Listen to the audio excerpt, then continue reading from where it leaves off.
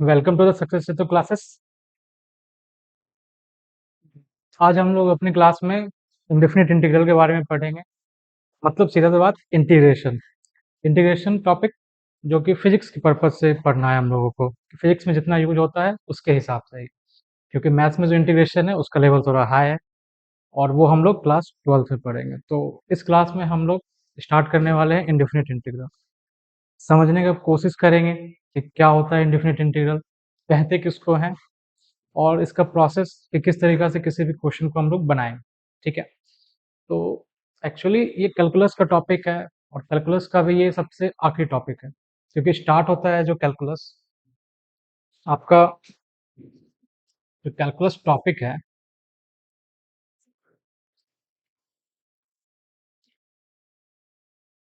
जो calculus topic है, सबको पता है ये किसने दिया है? गेस करो। ये कैलकुलस टॉपिक आपका न्यूटन का दिया हुआ है।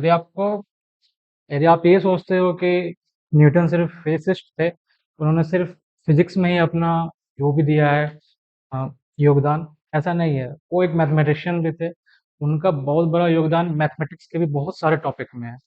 ठीक है, और ये जो कैलकुलस कैलकुलस एक्चुअली आप लोगों ने कभी न कभी किसी से सुना ही होगा कि जो मैथमेटिक्स होता है वो आपका होता है हार्ट ऑफ फिजिक्स, और कैलकुलस जो होता है वो ब्रेन ऑफ फिजिक्स होता है। मतलब बिना कैलकुलस का फिजिक्स में थोड़ा क्या बहुत दिक्कत हो जाएगा। और मैथ्स जो है, ऐसे भी उसको कहते हैं हम लोग फादर ऑफ ऑल सब्जेक्ट्स, और फिजिक्स में क्या रोल है वो आप लोग जान ही रहे हो। तो ये जो कैलकुलस है, इसी का सबसे पहला जो टॉपिक होता है वो होता है आपका लिमिट्स। कहानी यहीं से शुरू होती है। उसके बाद फिर हम लोग आगे बढ़ते हैं, कंटिन्यूटी पढ़ते हैं, फिर इससे आगे बढ़ते हैं, डिफरेंशियबिलिटी पढ़ते हैं,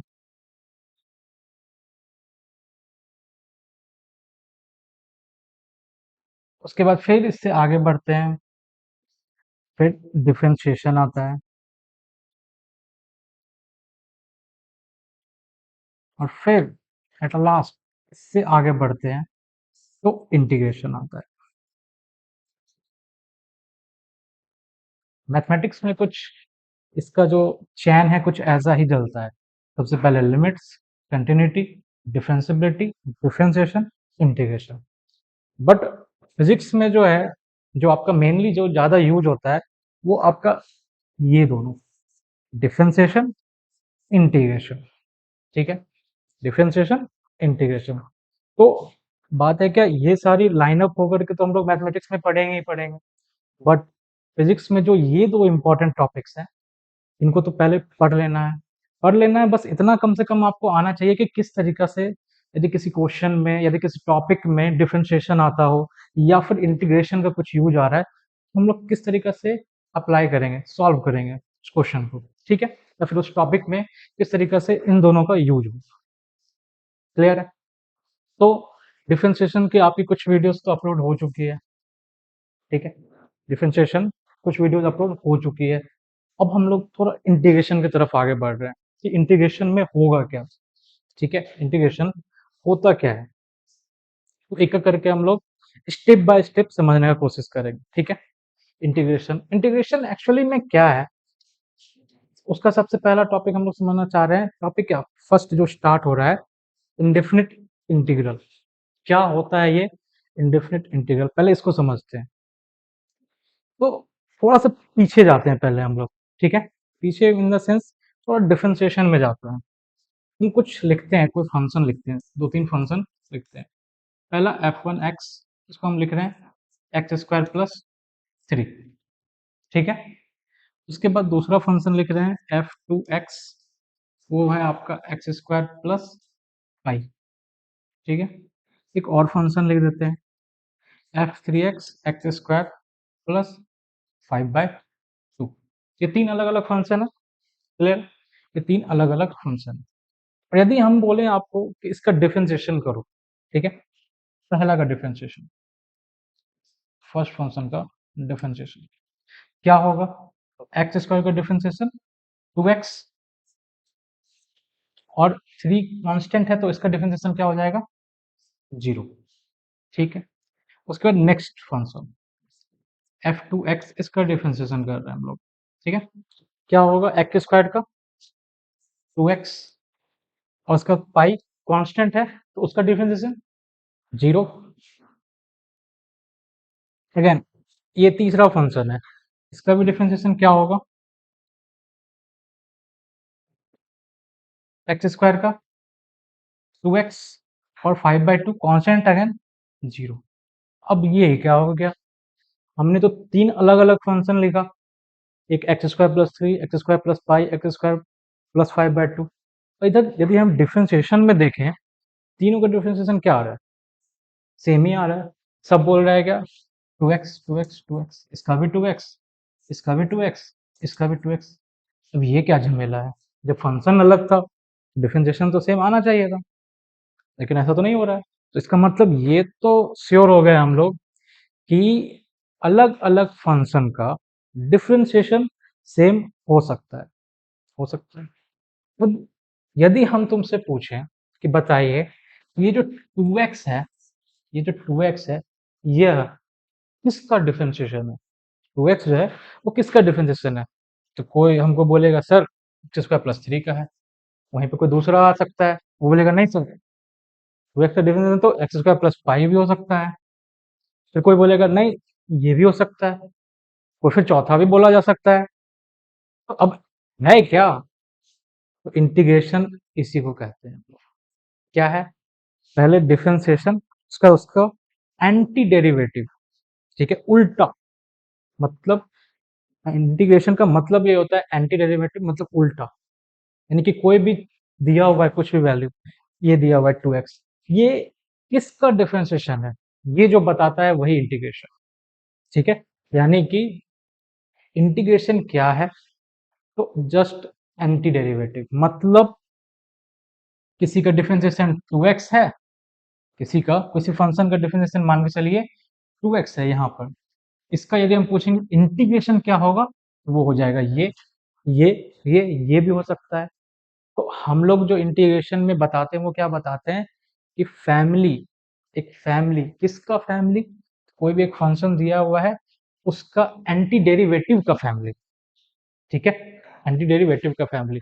यदि आप डिफरेंशिएशन पढ़ो ऊपर जो मैंने लिखा है वो क्या है? Let f x be a function, एक एफ एक्स एक फंक्शन लेते हैं हम लोग, then the family of all its primitive, then the family of all its primitive or antiderivative is called the indefinite integral of fx। यानी कि एक कोई फंक्शन ले लिया गया fx, ठीक है, उसका जितना भी प्रिमिटिव है, यानी कि प्रिमिटिव मीन्स एंटी डेरिवेटिव। जैसे कि यहाँ पर एग्जांपल के तौर पे हम लोग लेते हैं, चलिए एग्जांपल के तौर पे जैसे क्या हम लोग यहाँ पे ले रहे थे ना कि एक fx है, fx ये 2x लिए हम लोग, ठीक है, fx एक 2x लिए। अब ये जो फंक्शन है fx 2x, इसका ये जिस जिस का भी डिफरेंशिएशन आता है, ये है जिस जिस फंक्शन का भी डिफरेंशिएशन आता है उसका फैमिली को ही इंटीग्रेशन कहेंगे। ठीक है, उसी को हम लोग इंटीग्रेशन कहेंगे। मतलब क्या है? The family of all it's primitive, यदि कोई fx फंक्शन लिया गया, इसका ऑल भी जितना भी एंटी डेरिवेटिव है उसका फैमिली को ही इंडेफिनिट इंटीग्रल कहेंगे। ठीक है, ठीक है, इतना मतलब कि यदि कोई एक फंक्शन लिया गया f x is equal to x square plus 2, और इसका डिफ्रेंसिएशन यहाँ पे आता है क्या? 2x। ठीक है, 2x आया, तो हम बोल सकते हैं क्या कि इसका इंटीग्रेशन, इसका इंटीग्रेशन क्या होगा? कह सकते हैं कि वन ऑफ द मेंबर, ठीक है, क्योंकि इसके मेंबर बहुत सारे हो सकते हैं फैमिली में, वन ऑफ द मेंबर ये होगा, वन ऑफ द मेंबर ये होगा। इसके अलावा भी और भी बहुत सारे हो सकते हैं, जैसे क्या, बस यहाँ पे आप कांस्टेंट चेंज करते चले जाओ तो अलग अलग फैमिली के मेंबर्स मिल जाएंगे आप। ठीक है, तो अब इसी को थोड़ा और आगे बढ़ते हैं और अच्छे से समझते हैं। तो यहाँ पर है क्या, किस तरीका से हम लोग डिनोट करेंगे वो समझेंगे अब हम, कि the symbol integration F X D x, ये जो कहीं पर भी आपको लिखा हुआ रहेगा इस तरीका से एफ एक्स डी एक्स, इसको हम लोग पढ़ेंगे कैसे? तो इसको पढ़ा जाता है sir indefinite integral of F x with respect to x. ठीक है, this is read as indefinite integral of fx with respect to x। ठीक है, with respect to x। और ये क्या होता है, अभी जस्ट आपको बताया गया, anti derivative, family of anti derivative of a function is called indefinite integral of a function। ठीक है, अब नेक्स्ट पेज में चलते हैं हम लोग। ये क्या है, ये क्या है, तो देखिए मैंने क्या लिखा है कि एक कोई फंक्शन लिया गया फाइव एक्स प्लस सी। ठीक है, कोई भी एक फंक्शन ले लिया गया है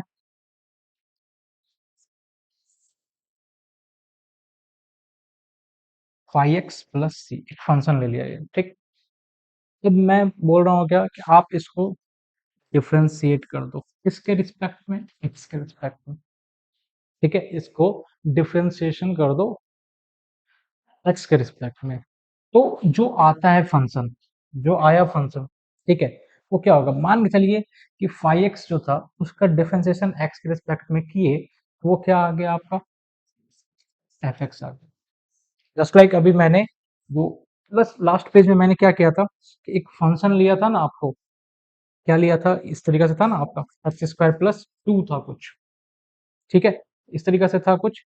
तो हम क्या बोल रहे हैं ना कि फाइव एक्स की जगह पे, जैसे एग्जांपल के तौर पर हम यहाँ पे साइड में लिख रहे हैं एक्स स्क्वायर है, कांस्टेंट की जगह पे टू है।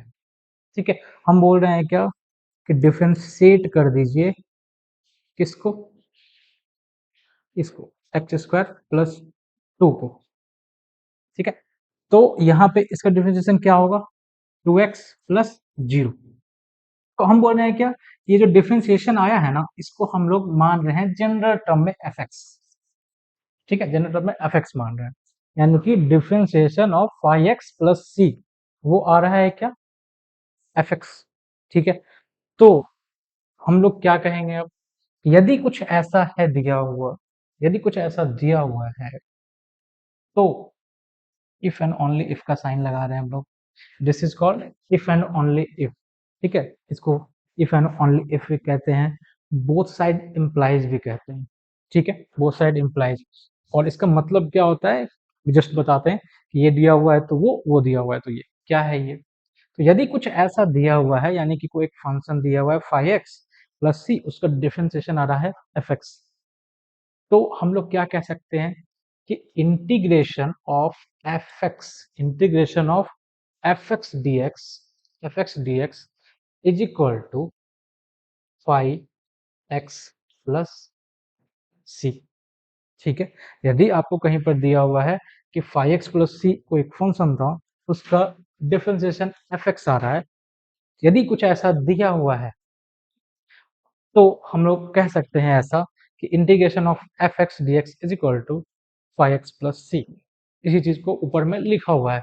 अब इसको फिर से यहाँ ऊपर देख लेते हैं एक बार कि क्या दिया हुआ है कि फाइव एक्स प्लस सी है, इसका डिफरेंशिएशन किया गया और वो एफ एक्स आया है आउटपुट के रूप में एफ एक्स। यहाँ पे आप कंपेयर कर सकते हो कि फाइव एक्स की जगह पे मैंने एक एग्जाम्पल लिख दिया यहाँ पे पहले कि एक्स स्क्वायर लिया है, सी कांस्टेंट है, सी का वैल्यू टू है, इसका इसका डिफरेंशिएशन क्या है, टू एक्स प्लस जीरो।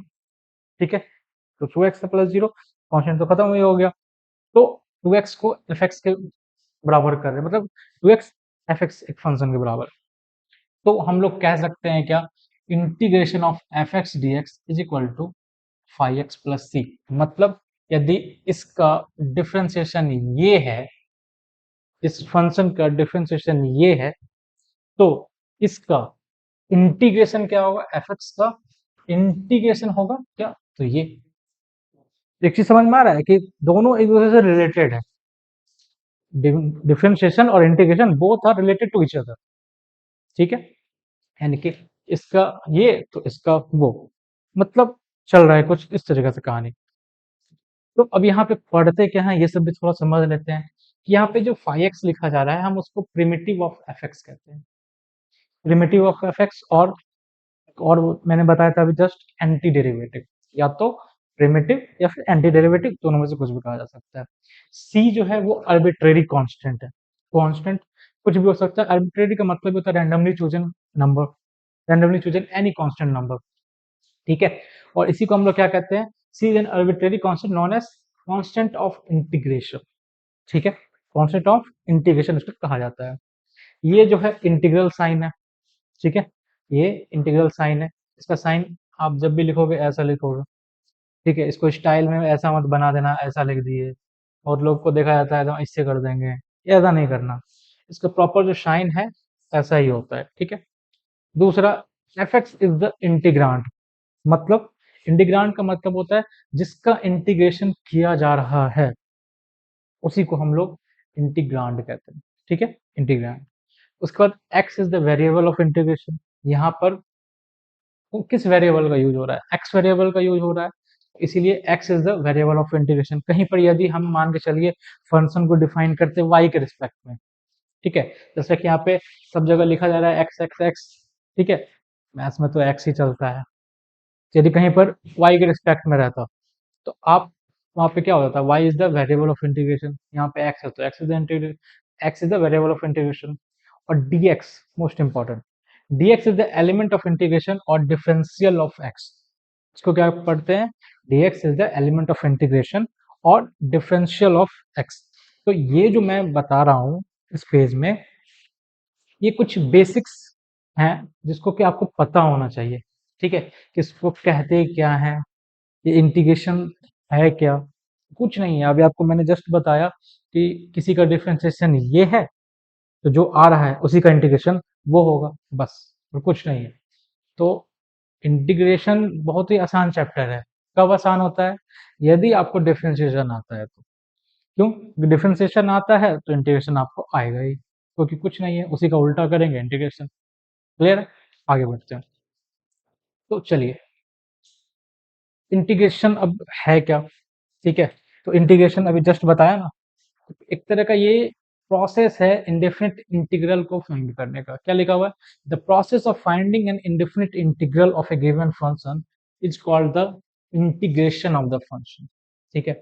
देखिए, मैं इस क्लास में एकदम पूरा बेसिक से लेकर के चल रहा हूँ कि डायरेक्ट क्वेश्चन नहीं बता रहा, ठीक है। क्वेश्चन बनाना एक अलग चीज है, क्वेश्चन बनाना मैं चाहूंगा तुरंत में अभी बहुत सारे क्वेश्चन बता करके चला जाऊंगा, बट आपको यदि पता ही नहीं रहा कि इंटीग्रेशन क्या है, इंडेफिनिट इंटीग्रल क्या है, यहाँ पे ये जो साइन है इसका मतलब क्या होता है, ये dx क्या होता है, तो फिर कोई मजा नहीं आएगा। क्योंकि कोई भी यदि आपसे पूछ ले, भाई ठीक है तुम इंटीग्रेशन बना तो रहे हो, इसका मतलब बताओ तो जरा क्या है, इंटीग्रेशन होता क्यों है। यहाँ पे ये जो आप किसी भी इंटीग्रेशन करने के बाद ये जो प्लस सी लिखते हो, इस सी का मतलब क्या है आपको पता ही नहीं है कि ये सी जो है कांस्टेंट है, आर्बिट्रेरी कांस्टेंट होता है जिसको कि कांस्टेंट ऑफ इंटीग्रेशन कहते हैं। इसीलिए क्वेश्चन बनाना से कुछ नहीं होगा, पहले आपको कॉन्सेप्ट भी क्लियर होना चाहिए कि जो हम पढ़ रहे हैं क्या हो रहा है, ठीक है। आगे बढ़ते हैं। इंटीग्रेशन क्या है, प्रोसेस है, the process of finding N indefinite integral of A given function is called integration of the function. मतलब ये जो प्रोसेस है जिसमें कि हम लोग इंडेफिनिट इंटीग्रल को निकालते हैं, पता करते हैं किसी भी फंक्शन का, उसी को हम लोग इंटीग्रेशन कहते हैं। और ये सब वही है जो कि मैंने अभी पिछले पेज में भी बताया, ये वही लिखा हुआ है, ठीक है। अब आगे बढ़ते हैं थोड़ा। तो मैंने क्या कहा अभी आपको कि इंटीग्रेशन क्या है, तो यदि किसी चीज का डिफरेंशिएशन ये है तो उसी का इंटीग्रेशन ये होगा, ये बता रहा हूँ मैं। जैसे देखो, ये मैंने पहला, ये क्या है, कुछ फॉर्मूला है इंटीग्रेशन में जो कि आपको यूज होगा, ठीक है। फॉर्मूला देखो कितना आसान है, बहुत ही आसान है। बोला ना मैंने कि यदि आपको डिफरेंशिएशन आता है तो इंटीग्रेशन आपका चिल है, एकदम आराम से सारा का सारा हो जाएगा, कुछ नहीं आपको दिमाग लगाना। हाँ, डिफरेंशिएशन का फॉर्मूला यदि याद नहीं है तो थोड़ा प्रॉब्लम हो सकता है, वो तो आप याद कर ही लोगे और आई थिंक कर भी लिए होगे क्योंकि डिफरेंशिएशन का क्लास हो भी चुका है। चलिए आगे बढ़ते हैं। तो पहला क्या लिखा हुआ है कि एक्स पे power n plus one by n plus one, ठीक है। पहला लिखा हुआ ये एक्स पे power n plus one by n plus one, ये है। यदि हम इसका आपको बोले कि डिफरेंशिएशन बताइए क्या होगा, इसका डिफरेंशिएशन क्या होगा, तो जरा करते हैं क्या होता है देखते हैं। तो डिफरेंशिएशन का आपको फॉर्मूला पता ही है क्या होता है, इसका डिफरेंशिएशन क्या होता है, तो n x n minus one, मतलब जो भी पावर रहता है आगे मल्टीप्लाई होता है, एक्स पे एक पावर घट जाता है।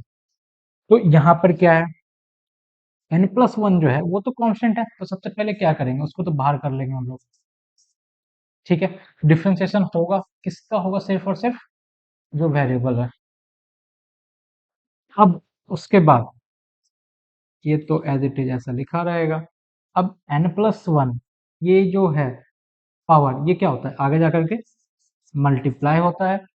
ठीक है, उसके बाद इसका एक पावर घट जाता है, तो n plus one minus one, तो सिर्फ एन ही बचेगा। अब यहाँ पे देखो ये कट गया, तो क्या आया, अब देखो बड़ा इंटरेस्टिंग कि मैंने क्या बोला, इसका डिफरेंशिएशन निकाला मैंने, वो क्या आया एक्स पावर एन।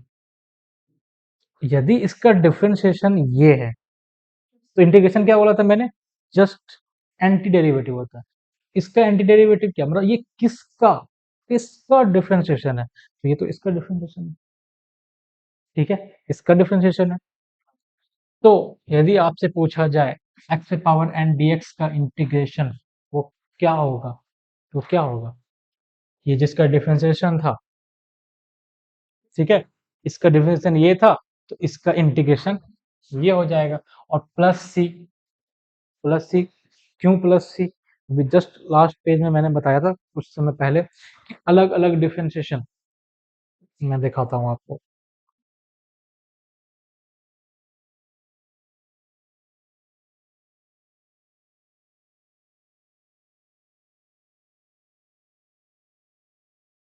यहाँ पर अलग अलग फंक्शन के सेम डिफरेंशिएशन आ रहे थे।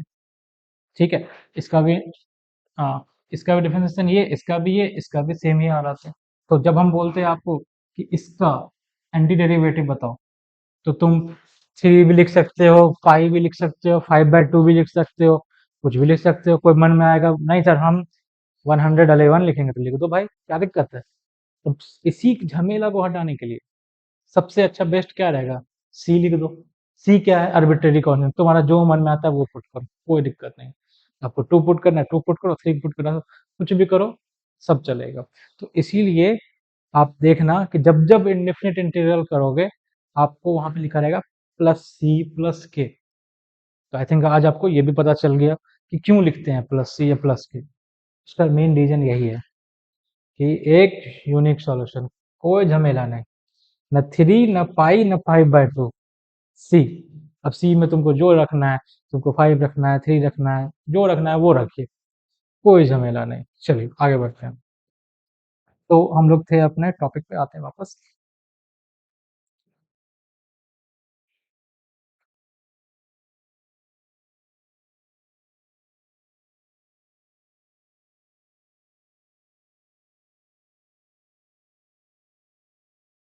यहीं पर थे हम लोग।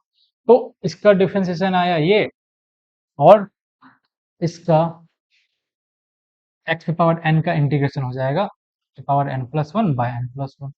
ठीक है, तो ये हो गया बड़ा इजी सा टॉपिक। ठीक है, खत्म। अब आपको जो याद रखना है वो कैसे याद रखना है, ये अब हम बताते हैं। एक तो हो गया ये आपको कि क्यों इसका ये हुआ, ठीक है, क्यों ऐसा ये हुआ, क्या इसका इंटीग्रेशन ऐसा ही क्यों हुआ, तो ये पहले बता दिया मैंने कि ऐसा था तो इसलिए ऐसा हो रहा है। अब इसको याद रखना है बड़ा ही इजी। जैसे डिफरेंशिएशन में आप एक को याद रखने बताया गया होगा क्या, कि एक्स पे पावर एन का पावर आगे ले आना, एक पावर घटा देना। यदि हम इंटीग्रेशन में आपको याद रखने के लिए बोले, तो वो बड़ा दिमाग सिंपल सा याद रखना क्या, कि यदि एक्स पे पावर एन का इंटीग्रेशन बोला जा रहा है, तो क्या करना है आपको, वहां पर क्या करते थे, आगे लाते थे, पावर घटाते थे। ठीक है, यहाँ पर बस एक पावर बढ़ जाएगा, वहां घटता था, यहाँ पर पावर बढ़ेगा, और जो भी पावर आएगा वही नीचे डिवाइड में भी आएगा। ठीक है, जो भी आएगा वो डिवाइड में भी आएगा। ठीक है, जैसे एग्जांपल के तौर पे मैं आपको बोलता हूँ एक्स पावर फाइव का इंटीग्रेशन क्या होगा। ठीक है। तो क्या होगा, बड़ा सिंपल सा, कि 5 पे पावर एक बढ़ा, एक्स पे पावर एक बढ़ा दो, तो क्या हो जाएगा 5 प्लस 1, और नीचे में 5 प्लस 1, और मोस्ट इंपॉर्टेंट क्या नहीं छूटना चाहिए, प्लस सी। ठीक है, प्लस सी ये मोस्ट इंपॉर्टेंट है इंडेफिनिट इंटीग्रल में, ये आप नहीं भूल सकते।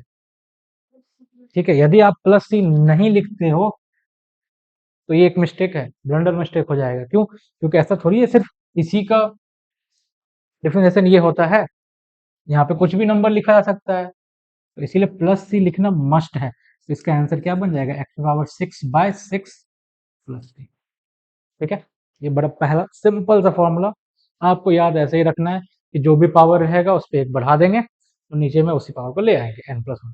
ठीक है, ये पहला सिंपल सा। ठीक है, नेक्स्ट फॉर्मूला क्या है कि log ई एक्स। ठीक है, log बेस ई एक्स। तो log x का डिफरेंशिएशन आपको पता ही था कि 1/x होता है, तो बस दिमाग लगा लो कि हम बोलेंगे क्या 1/x का इंटीग्रेशन बताओ।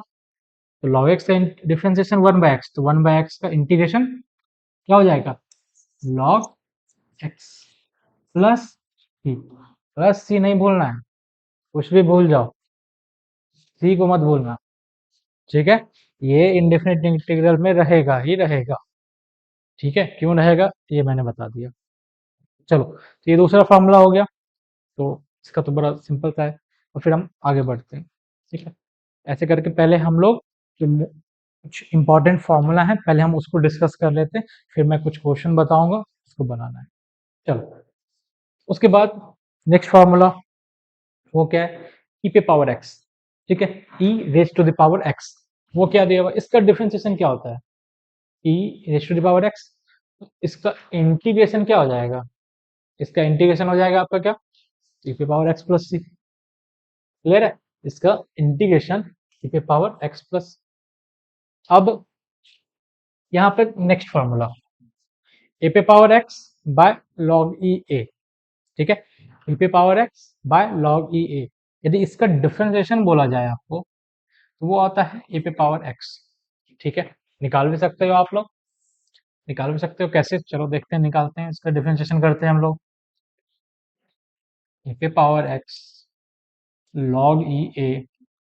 ठीक है, तो यहाँ पे तो log ई ए, ये तो एक कांस्टेंट हुआ, तो log ई ए तो पहले साइड कर लो, log ई ए साइड कर लेते हैं। अब डिफरेंशिएशन करना है हम लोगों को, डिफरेंशिएशन करना है वो किसका करेंगे, ए पे पावर एक्स का।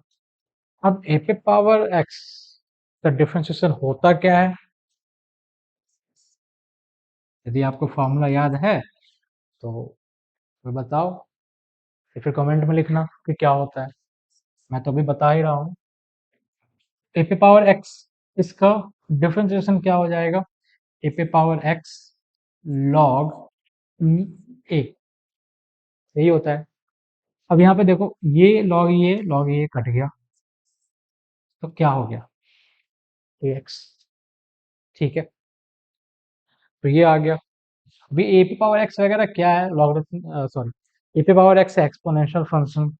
ठीक है, इसका भी बहुत सारा प्रॉपर्टीज है, ये सब भी आपको पढ़ना है, लॉग के बारे में पढ़ना है। नेक्स्ट क्लास आपका लॉग का ही होगा, तो उसमें आपको वो भी क्लियर हो जाएगा। ठीक है, ए पे पावर एक्स लॉग ये, तो इसका डिफरेंशिएशन क्या आया, ए पे पावर एक्स आया। तो फिर वही बात, यदि इसका डिफरेंशिएशन ये है तो इसका इंटीग्रेशन क्या होगा, इसका इंटीग्रेशन यानी कि A raise to the power X का इंटीग्रेशन हो जाएगा, ये बोलना नहीं है, प्लस सी। वही लिखा हुआ है यहाँ पर आपको नेक्स्ट फॉर्मूला, कि ए पे पावर एक्स डीएक्स का इंटीग्रेशन ए पे power X by log A plus C. ठीक है, बड़ा ही सिंपल सा फॉर्मूला। तो ई पे पावर एक्स का ई पे पावर एक्स प्लस सी, ई पे पावर एक्स डीएक्स का ये हो जाएगा। ठीक है, अब इसी पे एक एग्जांपल, यदि कहीं पर आपको लिखा हुआ है एग्जांपल में, क्वेश्चन में, ठीक है, इंटीग्रेशन करो, किसका करो, तो 5 पावर एक्स डीएक्स, इसका इंटीग्रेशन। ठीक है, तो क्या करोगे, तो इसका इंटीग्रेशन क्या हो जाएगा, अकॉर्डिंग टू द फॉर्मूला जो भी लिखा हुआ है लिख दो, उसके बाद डिवाइड में लॉग ई ए की जगह पे क्या है यहाँ पर 5, तो 5 प्लस सी, सी नहीं बोलना है भाई, सब भूल जाओ, पास्ट भूल जाओ, लेकिन सी सी नहीं भूलना। ठीक है, यही है आपका फ्यूचर इंटीग्रेशन में, यही है आपका। चलिए, तो ये 4 फॉर्मूला हो गया। फिर आगे बढ़ते हैं। अब बहुत ही इंटरेस्टिंग है, ठीक है, बहुत इंटरेस्टिंग है कि डिफरेंशिएशन ट्रिग्नोमेट्री का, उसी के बाद हम लोग उसी का इंटीग्रेशन समझेंगे। एक चीज मैं पहले बताता हूँ, ठीक है, पता नहीं आपने ये डिफरेंशिएशन में पढ़ा है या नहीं पढ़ा है। मैं एक बड़ा सिंपल सा ट्रिक बता देता हूँ। बहुत लोगों को डिफरेंशिएशन का फॉर्मूला में याद होने में थोड़ा दिक्कत होता है, ठीक है, थोड़ा कन्फ्यूजन हो जाता है। वो मैं थोड़ा कन्फ्यूजन ही बता देता हूँ। तो देखना कि आप इस चीज को देखने के बाद खुद में सोचना कि यदि ऐसा है तो याद रखने की जरूरत ही क्या है। ठीक है, चलो देखो मैं कुछ बताता हूँ क्या है। पहले ये इंटीग्रेशन छोड़ो, पहले थोड़ा डिफरेंशिएशन समझते हैं कि क्या होता है। कुछ नहीं, बस मैं कुछ फॉर्मूला को देखने का ऑब्जर्वेशन, मतलब ऑब्जर्वेशन चेंज करना चाह रहा हूँ आपको, कि भाई देखो ये एक पैटर्न दिख रहा है इसमें, तो याद रखने में आपको थोड़ी आसानी हो जाएगी। क्या है देखो, सबसे पहले डिफरेंशिएशन ऑफ साइन एक्स, वो क्या होता है, कॉस एक्स होता है। ठीक है, उसके बाद डिफरेंशिएशन ऑफ कॉस एक्स, ये क्या होता है, माइनस साइन एक्स होता है। ठीक है, डिफरेंशिएशन ऑफ टेन एक्स, वो क्या होता है, sec square x. Differentiation of cot x, वो क्या होता है, माइनस कॉसेक स्क्वायर एक्स। ठीक है, उसके बाद डिफरेंशिएशन ऑफ, ठीक है, डिफरेंशिएशन ऑफ कौन सा बच गया, सेक एक्स। तो सेक एक्स का होता है sec x into tan x. उसके बाद differentiation of cosec x minus cosec x into cot x. ठीक है, पता नहीं, हो सकता है क्या कुछ लोगों ने, आप लोगों ने ऑब्जर्व किया हो, और यदि नहीं किया है तो अभी देख लो, कर लो। कि सबसे पहले एक बात गौर करो कि माइनस किसमें किसमें है।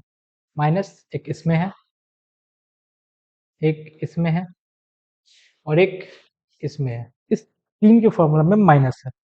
ठीक है, तो आप जानते हो ये कंफ्यूजन नहीं है, क्यों, कि जितना भी सी से स्टार्ट हो रहा है ट्रिग्नोमेट्रिक फंक्शन, कॉस सी से स्टार्ट होता है, माइनस है, कॉट सी से स्टार्ट होता है, माइनस है, कॉसेक सी से स्टार्ट होता है, माइनस है। ये पहला ऑब्जर्वेशन है कि आपको गलती नहीं होगा कि माइनस किसमें होता है। तो दिमाग में बस इतना याद रखिए कि जितना भी फंक्शन सी से स्टार्ट होता है वो, उसका डिफरेंशिएशन माइनस होता है। ठीक है, ये पहला चीज। दूसरा, हम इसको 3 पार्ट में डिस्ट्रीब्यूट कर देते हैं। अब देखना, अभी जो मैं बता रहा हूँ इसका फॉर्मूला आपको याद एकदम अभी का अभी हो जाएगा, और कभी भूलोगे भी नहीं।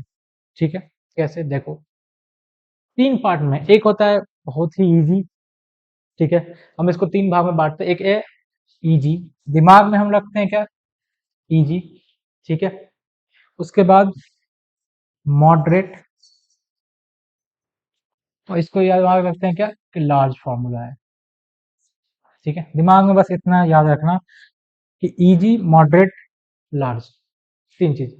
या फिर मॉडरेट को हटाते हैं, इसको याद रखते हैं इस तरीके से, इजी स्क्वायर लार्ज। दिमाग में बस 3 चीज याद रखिए, इजी स्क्वायर लार्ज। अभी ये क्या है, क्योंकि देखो मैथमेटिक्स में होता है क्या, फॉर्मूला बहुत सारे होंगे। ठीक है, और यदि आप उसको किसी भी तरीका से लिंक करने सीख गए तो याद करना आसान हो जाता है। ठीक है, किसी भी चीज से रैंडमली लिंक कर दो बस, वो आपको याद हो जाएगा बड़ी आसानी से। और ऐसे रटने बैठोगे या फिर ऐसे याद रखने की कोशिश करोगे तो मे भी कंफ्यूजन हो सकता है, और होता ही है। ठीक है, कुछ लोगों को छोड़ करके, कुछ लोगों का दिमाग इतना शार्प होता है कि वो एक बार में दिमाग में आ जाता है, तो वो अलग बात है। बट हम उनके लिए नहीं बता रहे हैं, ये उनके लिए है जो, जिनको कि याद रखने में थोड़ा समस्या हो जाता है। उनके लिए बता रहे हैं कि किस तरीके से आप लिंक कर सकते हो आसानी से। ठीक है, तो क्या लिंक कर रहे हैं हम, तो पहला दिमाग में यह रखना कि जब भी डिफरेंशिएशन का फॉर्मूला दिमाग में याद रखना, सबसे पहले याद रखना क्या इजी वाला तो नहीं है। इजी में क्या है, देखो सबसे इजी क्या है कि साइन का कॉस, कॉस का साइन। ये तो सबसे इजी, इसको तो याद रखने का जरूरत भी नहीं है कि साइन का कॉस, कॉस का साइन ऐसा ही होगा। तो दूसरा निगेटिव वाला मैंने पहले ही बता दिया कि सी नेगेटिव रहेगा। दूसरा वाला दिमाग में रखना है कि क्या ये स्क्वायर वाला फॉर्मूला तो नहीं है। दूसरा दिमाग में इजी हो गया, उसको तो याद रखना कि क्या ये स्क्वायर वाला फॉर्मूला तो नहीं है। अब स्क्वायर वाला फॉर्मूला मीन्स व्हाट, कि tan x और cot x तो नहीं है। ठीक है, tan x, यदि आपका tan x रहा तो उसका sec स्क्वायर x हो जाएगा, और cot x रहा तो माइनस cos स्क्वायर x हो जाएगा। ठीक है, तो दूसरा फॉर्मूला आपको इसी तरीके से याद रखना है स्क्वायर का, कि tan x है, sec square x, cot x है, cos स्क्वायर x। तो इसमें भी तुम लिंक कर सकते हो, आपने 10th में फॉर्मूला पढ़ा होगा, कौन सा, ये 1 प्लस tan स्क्वायर x क्या होता है, sec स्क्वायर x, और 1 प्लस cot स्क्वायर x क्या होता है, cosec स्क्वायर x। कहीं नहीं देखो ना कि tan sec square, tan sec square पहले भी था। यदि आपको 10th में ये फॉर्मूला याद है तो ये रखना तो और भी आसान है कि टेन एक्स है तो उसका differentiation sec square x, cot x है माइनस कॉसेक स्क्वायर एक्स। ठीक है, क्योंकि सी है। तो पहले दिमाग में रखना क्या इजी वाला तो नहीं है, यानी कि साइन का तो डिफरेंशिएशन कॉस, कॉस का माइनस साइन। उसका दिमाग में याद रखना, अच्छा क्या ये स्क्वायर वाला क्वेश्चन तो नहीं पूछा जा रहा, यानी कि स्क्वायर दिमाग में आना चाहिए आपका टेन और कॉट। दिमाग में तुरंत tan और cot आना चाहिए कि tan और cot में ही स्क्वायर वाला फॉर्मूला है। तो दूसरा भी याद हो गया। तो तीसरा लार्ज मतलब क्या है, ये सिंगल सिंगल टर्म के फॉर्मूला था। ये आप देखो ना दो दो टर्म है, तो इसलिए दिमाग में याद रखना ये लार्ज वाला तो नहीं है। तो इसको भी याद रखना उतना ही आसान है। लार्ज है ना, बड़ा बना रहे हैं, तो सेक है तो सेक तो रहेगा, उसके साथ एक और आ जाएगा। दिमाग में ये याद रखो, कॉसेक, कॉसेक तो रहेगा, एक और भी आ जाएगा। ठीक है, अब इसको भी तुम दिमाग में आराम से याद कर सकते हो, सेक तो यही 10th वाला फॉर्मूला से लिंक करो ना कि सेक टेन कॉट कॉसेक। तो लिंक कर सकते हो यहाँ पे कि सेक तो सेक आएगा ही, टेन भी आ जाएगा, कॉसेक कॉसेक तो आएगा ही, कॉट भी आएगा। ठीक है, तो ये मैं बस आपको एक सिखा रहा हूँ कि किस तरीका से आप मैथमेटिक्स में फॉर्मूला को रैंडमली किसी भी चीज से लिंक करके याद रख सकते हो बड़ी आसानी से। ये ऐसा कोई नियम कानून नहीं है कि किसी बुक में लिखा हुआ है इजी स्क्वायर लार्ज, ऐसा कुछ नहीं है। ये मेरा ऑब्जर्वेशन था जब मैं भी था आपके क्लास में 11 12 में, तो मैं भी ऐसे ही कुछ ना कुछ किसी न किसी चीज से फॉर्मूला को लिंक कर देता था ताकि मुझे याद रहे बस। क्योंकि याद रखना ये इंपॉर्टेंट है, कैसे याद रखो ये इंपॉर्टेंट नहीं। ठीक है, याद रहना इंपॉर्टेंट है। तो इजी स्क्वायर लार्ज ऐसा। अब आपसे जब भी मैं पूछूंगा, ठीक है, तो आप आसानी से बता सकते हो, क्या बता सकते हो ना कि आराम से कि अच्छा दिमाग में तुम तीन चीज याद रखना, इजी स्क्वायर लार्ज, कौन सा फॉर्मूला में आ रहा है। इजी में साइन कॉस है, दूसरा आपका टेन कॉट स्क्वायर वाला है, और तीसरा आपका सेक कॉसेक वाला है। बस कहानी खत्म, इजी सा चीज है। तो ये था। अब हम आते हैं वापस अपने इंटीग्रेशन वाले टॉपिक पे। मैं क्यों बताया ना, ताकि आपको फॉर्मूला याद रहे। और अभी तक आप समझ ही रहे हो कि यदि इंटीग्रेशन समझना है, इंटीग्रेशन समझना है तो डिफरेंशिएशन तो आना चाहिए। तो डिफरेंशिएशन तो पहले ना हमको बताना पड़ेगा आपको कि किस तरीके से याद रखना है। अब ये याद हो गया तो आगे बढ़ते हैं हम लोग इंटीग्रेशन की तरफ। तो चलिए शुरू करते हैं। अब यहाँ पर क्या है कि माइनस कॉस एक्स का डिफरेंशिएशन साइन एक्स होता है। माइनस कॉस एक्स कहाँ, अभी तो आप थोड़ा बता रहे थे सर कि डिफरेंशिएशन ऑफ, क्या बता रहे थे कि कॉस एक्स का माइनस साइन एक्स। ठीक है, ये बता रहे थे। तो हम बोले क्या दिक्कत है भाई, तुम यहाँ पर माइनस लगा दोगे, माइनस लगा दोगे तो क्या होगा, माइनस बाहर आएगा, डिफरेंशिएशन ऑफ कॉस एक्स क्या होगा, कॉस एक्स का माइनस साइन एक्स, तो ये साइन एक्स हो जाएगा। ठीक है, क्या दिक्कत है, ये माइनस को तुम इधर ला ही सकते हो ना, तो इधर ले आओगे तो बोल सकते हो कि माइनस कॉस एक्स का डिफरेंशिएशन साइन एक्स है। ठीक है, ये मत सोचना सर ऐसा तो फॉर्म, इस फॉर्मेट में तो फॉर्मूला नहीं बताया अभी आप, तो ऐसा तो लिखा ही जा सकता है, क्यों लिख रहे हैं अभी समझ में आएगा। तो माइनस कॉस एक्स का डिफरेंशिएशन साइन एक्स है, तो साइन एक्स का इंटीग्रेशन क्या हो जाएगा, माइनस कॉस एक्स। तो बड़ा इजी सा है। ठीक है, उसी तरीका से cos x का, सॉरी, sin x का डिफरेंशिएशन cos x है, तो cos x का इंटीग्रेशन sin x हो जाएगा, सिंपल। ठीक है, अब डिफरेंशिएशन में जैसे याद रखे थे, यहाँ पर भी तुम याद रख सकते हो। ठीक है, ये दो इजी वाला है, बस ये याद रखना कि जो डिफरेंशिएशन में पॉजिटिव होता था, यहाँ पे वो निगेटिव हो जाएगा। ठीक है, वहां पर साइन का डिफरेंशिएशन क्या होता था, पॉजिटिव cos x, तो यहाँ पे माइनस cos x। ठीक है, सबको चांस मिलना चाहिए, सब सब हर बार पॉजिटिव क्यों हो, दूसरा भी कोई भी पॉजिटिव होने का चांस मिलना चाहिए। तो इस फॉर्मूला में साइन एक्स का माइनस cos x, ठीक है, cos x का sin x, इस तरीके से होगा। ठीक है, नेक्स्ट फॉर्मूला, tan x का डिफरेंशिएशन क्या होता था, sec स्क्वायर x, तो sec स्क्वायर x का इंटीग्रेशन क्या हो जाएगा, tan x। ठीक है, उसी तरीका से माइनस ऑफ cot x का डिफरेंशिएशन cosec स्क्वायर x, तो cosec स्क्वायर x का इंटीग्रेशन माइनस cot x। ठीक है, तो इतना तो अब अभी तक में आपको समझ में आ ही रहा है कि डिफरेंशिएशन का फॉर्मूला उल्टा कीजिए इंटीग्रेशन का फॉर्मूला, बस इतना ही से, और तो कुछ है नहीं। फिर आगे बढ़ते हैं, फिर आगे बढ़ते हैं, sec x, जस्ट अभी बताया था sec x, दिमाग में याद रखो ये लार्ज वाला फॉर्मूला है, तो sec x का sec x into tan x minus cosec x, तो cosec इंटू cot x। ठीक है, माइनस को इधर ला रहे हैं हम लोग, तो बस वही है कि sec x tan x का, sec x tan x का डिफरेंशिएशन वो क्या हो जाएगा आपका, sec x प्लस c, उल्टा होते जा रहा है, cosec x cot x का integration minus cosec x plus c। ठीक है, चलो फिर आगे बढ़ते हैं, उसी तरीका से फिर आगे कि log sin x का cot x होता है। ठीक है, log sin x का cot x होता है, अब कैसे होता है जरा देखते हैं हम लोग, log sin x का डिफरेंशिएशन। ठीक है, आप लोगों ने चेन रूल पढ़ा होगा डिफरेंशिएशन में, लास्ट वीडियो में आप लोगों ने चेन रूल पढ़ा होगा कि log sin x का डिफरेंशिएशन क्या होता है। तो इसको निकालने का बड़ा तरीका बड़ा सिंपल सा है, स्टेप बाय स्टेप, हम तो इसको बोलते हैं स्टेप बाय स्टेप डिफरेंशिएशन। ठीक है, मेरे भाषा में स्टेप बाय स्टेप, क्यों, क्योंकि स्टेप बाय स्टेप आगे बढ़ते जाते हैं, डिफरेंशिएशन करते जाते हैं, चेन रूल में यही होता है। यानी कि log sin x है, तो हम क्या करते हैं ना, कि यदि मान के चलो यहाँ पे x लिखा रहता, sin x की जगह पे x लिखा रहता, तो log x का डिफरेंशिएशन क्या होता, तो क्या होता, वन बाय एक्स होता, तो लिख देते हैं one by x, but x तो है नहीं, एक्स की जगह पे क्या लिखा हुआ है, साइन एक्स, तो साइन एक्स लिख देते हैं।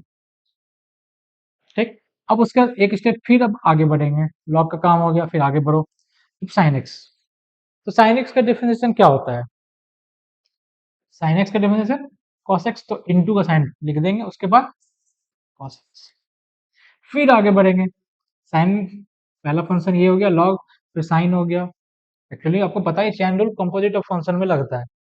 अब यहाँ पे आ गया एक्स, एक्स का डिफरेंशिएशन एक्स के रिस्पेक्ट में वन होता है, तो ये क्या हो गया आपका cos x by sin x, जो कि हो गया cot x। तो यही लिखा हुआ है यहाँ पे कि log sin x का डिफरेंशिएशन cot x है, तो cot x का इंटीग्रेशन क्या हो जाएगा, log mod of sin x। ठीक है, log mod of sin x। उसी तरीका से differentiation of minus log cos x is equal to tan x होता है, जस्ट इसी तरीका से, चलो देख भी लेते हैं, आपका डिफरेंशिएशन का भी प्रैक्टिस हो जाएगा। Minus log of cos x, ये क्या होता है, फिर वही है, माइनस को तो बाहर ही निकाल लो, डिफरेंशिएशन किसका होगा, लॉग और cos x का, लॉग cos x, तो लॉग, या फिर वही बात, यहाँ पे इसको इस तरीके से ढक दीजिए, x रहता तो वन बाय एक्स, यहाँ पे cos लिखा हो तो क्या दिक्कत है, वन बाय cos x, फिर cos x का डिफरेंशिएशन करेंगे तो वो क्या हो जाएगा, माइनस साइन x, फिर x का करेंगे तो वो वन। ठीक है, तो माइनस माइनस प्लस और साइन बाय कॉस 10। फिर वही बात कि माइनस लॉग कॉस एक्स का डिफरेंशिएशन 10x है, तो 10x का इंटीग्रेशन क्या हो जाएगा, ये हो जाएगा minus of log cos x plus c. Simple, clear. चलिए अब आगे बढ़ते हैं। उसी तरीके से फिर ये फॉर्मूला कि log sec x plus 10x का log sec x plus 10x का डिफरेंशिएशन sec x है, ठीक है, डिफरेंशिएशन sec x है, तो sec x का इंटीग्रेशन क्या हो जाएगा, log sec x plus 10x plus c, ठीक है। अब मैं इसका डिफरेंशिएशन नहीं सॉल्व कर रहा, क्यों नहीं कर रहा पता हूँ, मैं ये आपको होमवर्क दे रहा हूँ, ठीक है, कि इसका डिफरेंशिएशन करके, ठीक है, इसका डिफरेंशिएशन करके आप कमेंट में बताना कि हाँ मैंने डिफरेंशिएशन कर दिया है। आपने क्या लिखना है कि yes I have done the differentiation of this function log sec x plus 10x, ठीक है। मुझे भी तो पता चलना चाहिए ना कि आप वीडियो देख रहे हो सिर्फ ऐसे ही, या फिर वीडियो में जो मैंने बीच में कहीं पर कुछ बनाने को कहा था वो उसको फॉलो भी कर रहे हो। तो जो इसी से चेक हो जाएगा कि कितने लोग सही में इस वीडियो को देख रहे हैं। जो भी इस वीडियो को देख रहे हैं और जो सही में कुछ सीखना चाह रहे हैं वो इसका डिफरेंशिएशन करके कॉपी में, ठीक है, फोटो तो अपलोड नहीं हो सकता बट आप इतना एश्योर तो कर सकते हो ना कि हाँ I have completed your homework. आप वहाँ पे कमेंट में इतना जरूर कम से कम लिखना कि yes I have done the differentiation of log इतना प्लस इतना, ठीक है। ये आपको करना है सभी लोगों को जो भी इस वीडियो को देखे हुए, और इंटीग्रेशन सीकेक्स का ये हो जाएगा आपका। उसी तरीका से डिफरेंशिएशन ऑफ दिस, इसको भी करना है कि इसका डिफरेंशिएशन ये होगा, तो cos x dx का इंटीग्रेशन ये होगा, ठीक है, ये होगा, बस बड़ा ही सिंपल सा चीज है, ठीक है। और ये आपको करना है, ठीक है, इसका डिफरेंशिएशन आपको करना है, उसका हमको दिखाना है। अब आता है सर क्वेश्चन, ठीक है। अभी तक तो मैंने पूरा का पूरा फार्मूला फार्मूला फार्मूला चल रहा था, फार्मूला कैसे आ रहा है ये सारा चीज मैंने बताया कि इसका डिफरेंशिएशन ये, तो इसका इंटीग्रेशन ये।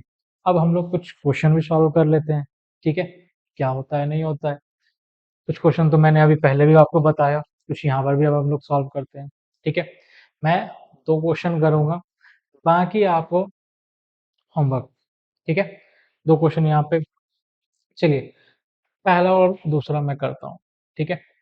पहला है क्या, एक्स पे पावर 4 dx, ठीक है, एक्स पे पावर 4 dx, अब इसका इंटीग्रेशन करना है, ठीक है। इंटीग्रेशन तो जस्ट अभी मैंने फॉर्मूला बताया था, फॉर्मूला क्या था कि इंटीग्रेशन ऑफ एक्स पे power n dx is equal to X पे power n plus 1 by n plus 1 plus C, तो उसी को यहाँ पे इस्तेमाल कर लो। चलो क्या हो जाएगा यहाँ पर, एक्स पे पावर 5 बाय 4 प्लस 1 5 प्लस सी, लो हो गया, इतना ही आसान है, ठीक है। अब उसके बाद नेक्स्ट वो क्या दिया हुआ है, दूसरा रूट एक्स डी एक्स, ठीक है। इसको कैसे करेंगे, ये रूट है तो रूट इतना तो आपको पता ही होगा कि हम इसको ऐसा लिख सकते हैं 1/2 dx, ठीक है, ऐसा लिखा जा सकता है। अब फिर वही बात, पावर में एक जोड़ देंगे जो ऐसा वहां पे फॉर्मूला है, एक्स पे power 1/2 plus 1 by 1/2 plus 1 plus C, ठीक है। अब ये कितना हो जाएगा, 1/2 प्लस 1 2 प्लस 1 3/2, तो ये क्या हो जाएगा 2/3, क्योंकि यहाँ नीचे में 3/2 तो 2/3 इंटू यहाँ पे x पे पावर 3/2 प्लस सी। अब यहाँ 3/2 को क्या लिखा जा सकता है, क्या लिख सकते हैं, तो हम इसको ऐसा लिख सकते हैं, जरा देखो तो, इसको हम लोग ऐसे लिख सकते हैं, ठीक है। 3/2 को रूट एक्स का क्यूब लिखा जा सकता है, क्यों लिखा जा सकता है, यहाँ देख लेते हैं हम लोग कि x पे पावर 3/2 है, तो एक्स पे पावर 1/2 क्यूब, और एक्स पे पावर 1/2 को लिख सकते हैं रूट एक्स क्यूब। ठीक है, that's why we can write this. तो कुछ इस तरीका से है आपका। तो यहाँ पे कुछ होमवर्क है आपके लिए, ये ये इवन ये भी। ठीक है, ये आपको बनाना है। सभी के फॉर्मूले दिए हुए हैं आपको पीछे, पूरे वीडियो में दिया हुआ है। जिनको भी देखना है पीछे आप जा करके हर एक फॉर्मूला को देख करके आप लिख सकते हो। ठीक है, और मैं ये जो पीडीएफ है ये मैं अपने टेलीग्राम चैनल पर भी दे दूंगा, तो आप वहां से भी देख कर बना सकते हो। ठीक है, बाकी आपको वीडियो देखना है, उसमें सारे के सारे फॉर्मूले लिखे हुए हैं। कुछ और भी आगे के क्वेश्चन करते हैं हम लोग। ठीक है,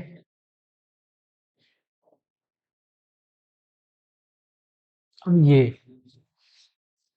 ये क्वेश्चन है, देखने में लग रहा है अरे क्या क्या ले आए, इतना अच्छा चल रहा था, simple simple question, x power 5 था, मजा आ रहा था सर, एक्स पावर 5 का इंटीग्रेशन एक्स पावर 6/6 + c, इतना अच्छा लगा। ये क्या है? तो मैं ये इतना ही बोलूंगा कि जो देखने में लगता है ना भयानक, होता नहीं है वो। ठीक है, ये बहुत ही इजी क्वेश्चन है, बस देखो एक बार पहले है क्या, ट्राई करना चाहते हो ट्राई कर लो। ठीक है क्या?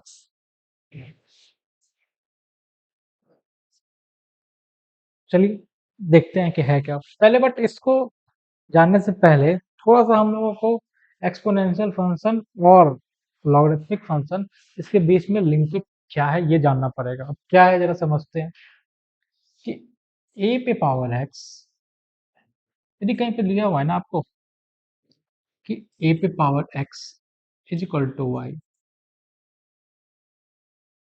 ठीक है, ए पे power x is equal to y, तो एक रिलेशन होता है, यदि इफ दिस इज गिवन तो क्या हो जाता है आपका, ऐसे लिखते हैं।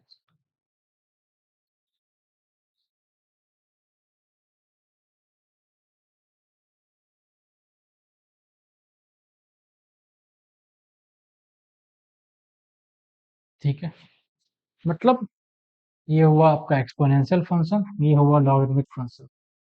यदि आप लोगों ने मैथमेटिक्स में पढ़ा होगा फंक्शन चैप्टर में, ठीक है, मैंने तो अपने क्लास में बता ही दिया था, पूरा का पूरा मैंने एक्सपोनेंशियल फंक्शन, लॉगरिथमिक फंक्शन, ये सारा मैथमेटिक्स की क्लास में मैंने बताया है।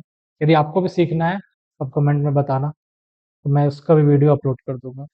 बट आप ये इतना जान लो कि y इज इक्वल टू ए पे पावर x यदि दिया हुआ है, तो log a y is equal to x, यानी कि exponential function and logarithmic function both are reciprocal of each other, यानी कि ये दिया हुआ है तो ये होगा।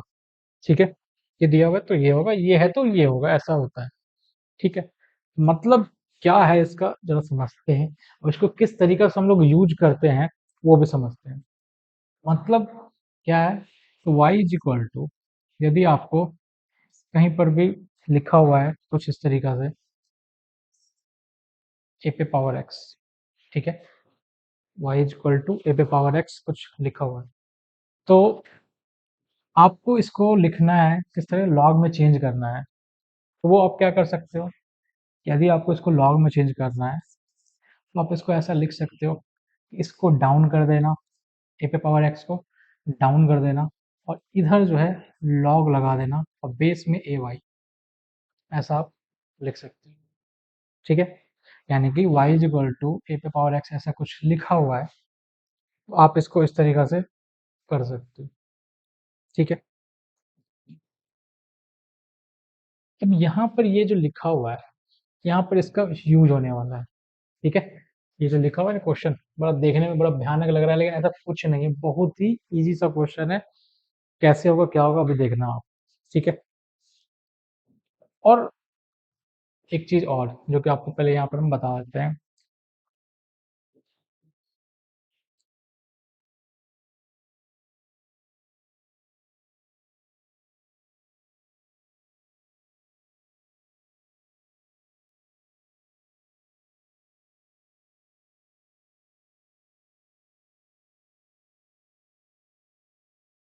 क्वेश्चन क्या है हम लोगों का कि E5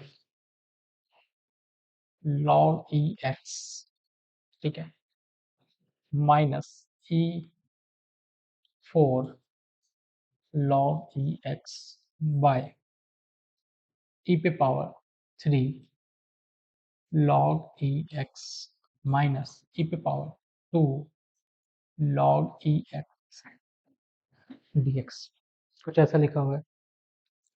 अब है क्या, इसको समझते हैं थोड़ा। आपको कुछ लॉगरिथमिक के फॉर्मूले भी आने चाहिए। वो क्या है, जैसे log m पे पावर n, ये क्या होता है n log a m, ठीक है, आगे आ जाता है। और यदि कहीं पे कुछ ऐसा लिखा हुआ है y इज इक्वल टू ए पे पावर x, कुछ ऐसा लिखा हुआ है, तो आप इसको ऐसा भी लिख सकते हो a log a x, ठीक है। यदि कहीं पर आपको इस तरीका से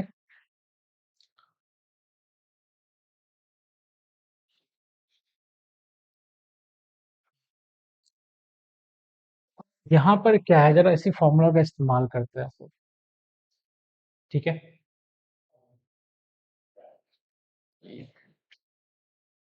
इसी फॉर्मूला का यहाँ पर इस्तेमाल करते हैं। क्या है, सबसे पहले ई लिखा हुआ है, ठीक है। ये 5 आगे इनटू में है, तो क्या हम इसको आगे यहाँ पर पावर में लेके जा सकते हैं इस फॉर्मूला की मदद से।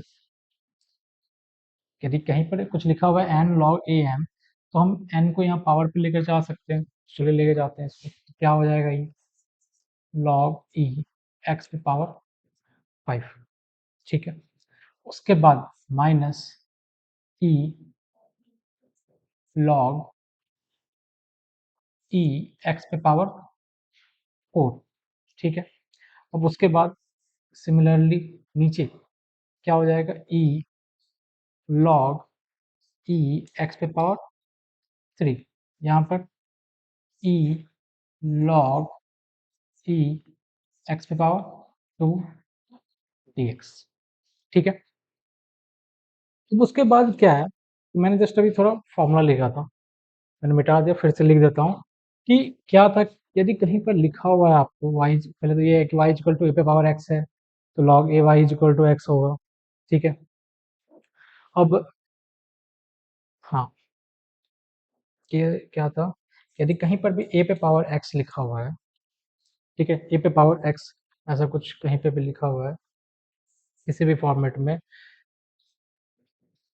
आप इसको कैसे लिख सकते हो, कुछ ऐसा लिख सकते हो, ठीक है। ये यहाँ पे ई और ई ये दोनों कैंसिल आउट कर जाता है, बात बराबर ही हो जाता है, ठीक है। ये ई लॉग ई एक्स ये कैंसिल आउट हो जाता है, बात बराबर हो जाता है। यानी कहीं पर भी कुछ भी लिखा हुआ है ना ए पे पावर एक्स, तो आप उसको ऐसे लिख सकते हो। और यदि कहीं पर लिखा हुआ है कि ई लॉग ई ए पे पावर एक्स, तो आप इसको ऐसा लिख सकते हो। तो आप यदि गौर से देखो, ये जो लिखा हुआ है यहाँ पर भी कुछ वैसा ही लिखा हुआ है कि ई लिखा हुआ है, लॉग ई लिखा हुआ है, एक्स पे पावर 5 लिखा हुआ है। तो इसका मतलब क्या है, यहाँ पर ये और ये सेम है, तो ये दोनों एक दूसरे को कैंसिल आउट कर जाएगा। ये एक्चुअली में क्या है, सिंपली एक्स पे पावर 5 ही लिखा हुआ है। तो ये जो इतना बड़ा सा क्वेश्चन लिखा हुआ है ना, डराने के लिए ऐसा कुछ नहीं था, बहुत ही इजी सा चीज लिखा हुआ है। वो क्या है, एक्स पे पावर 5 बस। और यहाँ पर भी सिमिलरली सेम एक्स पे पावर 4, नीचे में भी सेम एक्स पे पावर 3, और ये एक्स पे पावर 2 dx। बड़ा ही इजी सा चीज था, कुछ नहीं था, बस वो थोड़ा डराना चाह रहा था क्वेश्चन आपको कि भाई देख लो हम इतने बड़े हैं, लेकिन ऐसा कुछ है नहीं। तो अब यहाँ पर है क्या, आगे क्या होगा, ऊपर नीचे देखो कुछ कॉमन दिख रहा है, हाँ दिख तो रहा है। ऊपर में एक्स पे पावर 4 कॉमन लिया जा सकता है, ठीक है। ऊपर में तो हटाते हैं,